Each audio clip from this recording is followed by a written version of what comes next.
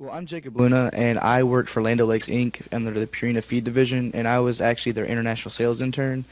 It was more, I guess, market development and penetration sales, actually, because I did a lot with their existing ventures in China, as well as develop the base for their excursion into Vietnam and the Philippines.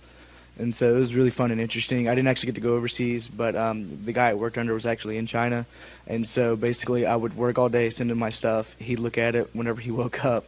And then I'd come in the morning to an email saying, this is what you need to fix, this is what you're doing right, keep going. So it was definitely a different work environment than most corporate stuff. I was also given pretty free reign, which I loved because I don't like people over me. Like just always like this, and this kind of thing. And so they kind of just put me in I had a cubicle, a little thing with a window, which was nice. And they just said, you know, this is what you're doing, here you go. My biggest, I guess, thing I should have learned beforehand was how to use a copy machine. That was my struggle. So. I'm Lauren James, and I interned with CoBank this past summer in their regional agribusiness office in Lubbock, Texas. For those of you who are unaware of CoBank or have never heard of CoBank, they're a $90 billion bank that are part of the Farm Credit System, and they serve rural America through water, energy, agribusiness, and communications. As part of my internship, I got exposure for both the credit side as well as the relationship side. In the Lubbock office, there's only relationship managers there, so it allowed for me to travel alongside them, going to visit current and prospective clients, and then be able to bring it back to the office and perform credit renewals on current clients and work with those in the Wichita office to be able to perform those credit analysis. So through my internship, I got to see two different perspectives of the bank, including the relationship side as well as the credit side. One of the classes that I value the most is 622, which is forecasting and simulation. And they were having a problem with scheduling the production in the processing plant. They were basically forecasting the production for the week or for the month, like doing an average. Okay, we are gonna sell that amount of that product because the last 3 months we were selling this. So I showed them, I did some forecasts with Scimitar based on the sales from the past months, and they were amazed with the forecasting because I was taking into account the risk and the variability, and they were just doing like a simple average.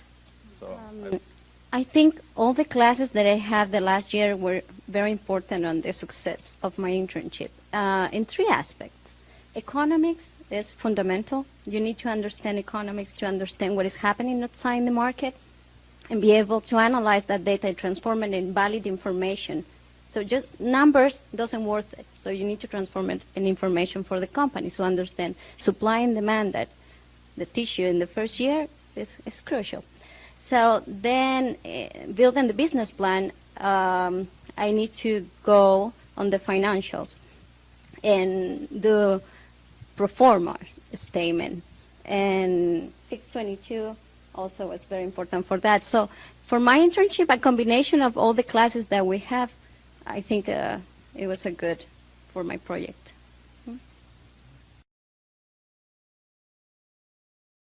I had 3 separate presentations that I had to report out on, and so a lot of times that was prior to that, building up to that, it was, you know, talking with multiple people all the way back to seed and what are the varieties in seed we're using. So it was building it all the way up until, you know, it goes into the bag. So that was pretty difficult to learn. But then in presentations, it was being able to stay composed when you're getting grilled, or not grilled, but, you know, when they're asking you questions like, what is a p-value? What is this? What are your recommendations for this? Why didn't you look at it this way? It's being able to understand it from absolute beginning to end and being able to defend that. Interaction with coworkers, that's an interesting question. I would definitely say that it's more professional. At school, we get used to socializing with each other. We get used to socializing with the professors. The nature of an academic relationship, whether it be between a peer group or whether it be between a professor and a student, is just, it's different than what you experience in the industry. In my particular position, my boss was rather high up in the company, and socializing with him, he's a very busy man. Getting the time to interact with him one-on-one so that he had the opportunity to get to know me better, it was a challenge. Well, when it comes to the autonomy, my particular supervisor, he's a very hands-on person, just like I am. So we kind of have the same work perspective. So basically, he guided me the first time how to do a project. He gave me a checklist on things that he wanted me to look and not overlook when I was looking at a case. So basically, I was working by myself. Before scoring out alone, I would go back to his office, we would review it, and that was maybe for the first month or so. After that, I was scoring by myself. So after he got the handle that I was able to do it by myself and follow those guidelines that he was putting me through, then I got all the freedom or autonomy that I needed in order to work at my own pace.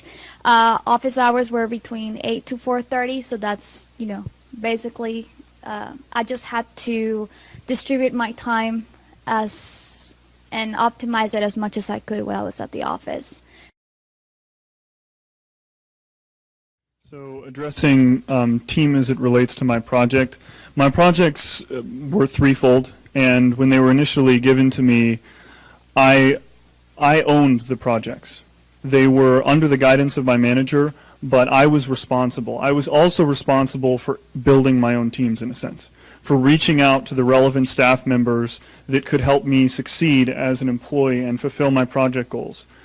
In certain instances, when I was in China, for instance, they pulled me onto another team because of my expertise, and they actually gave me the opportunity to use some work that I've done in classes here I've taken through the MAB program, agricultural economics, water, resource economics, and provide some more academic background on what's going on in those functional areas in those markets and how that affects John Deere.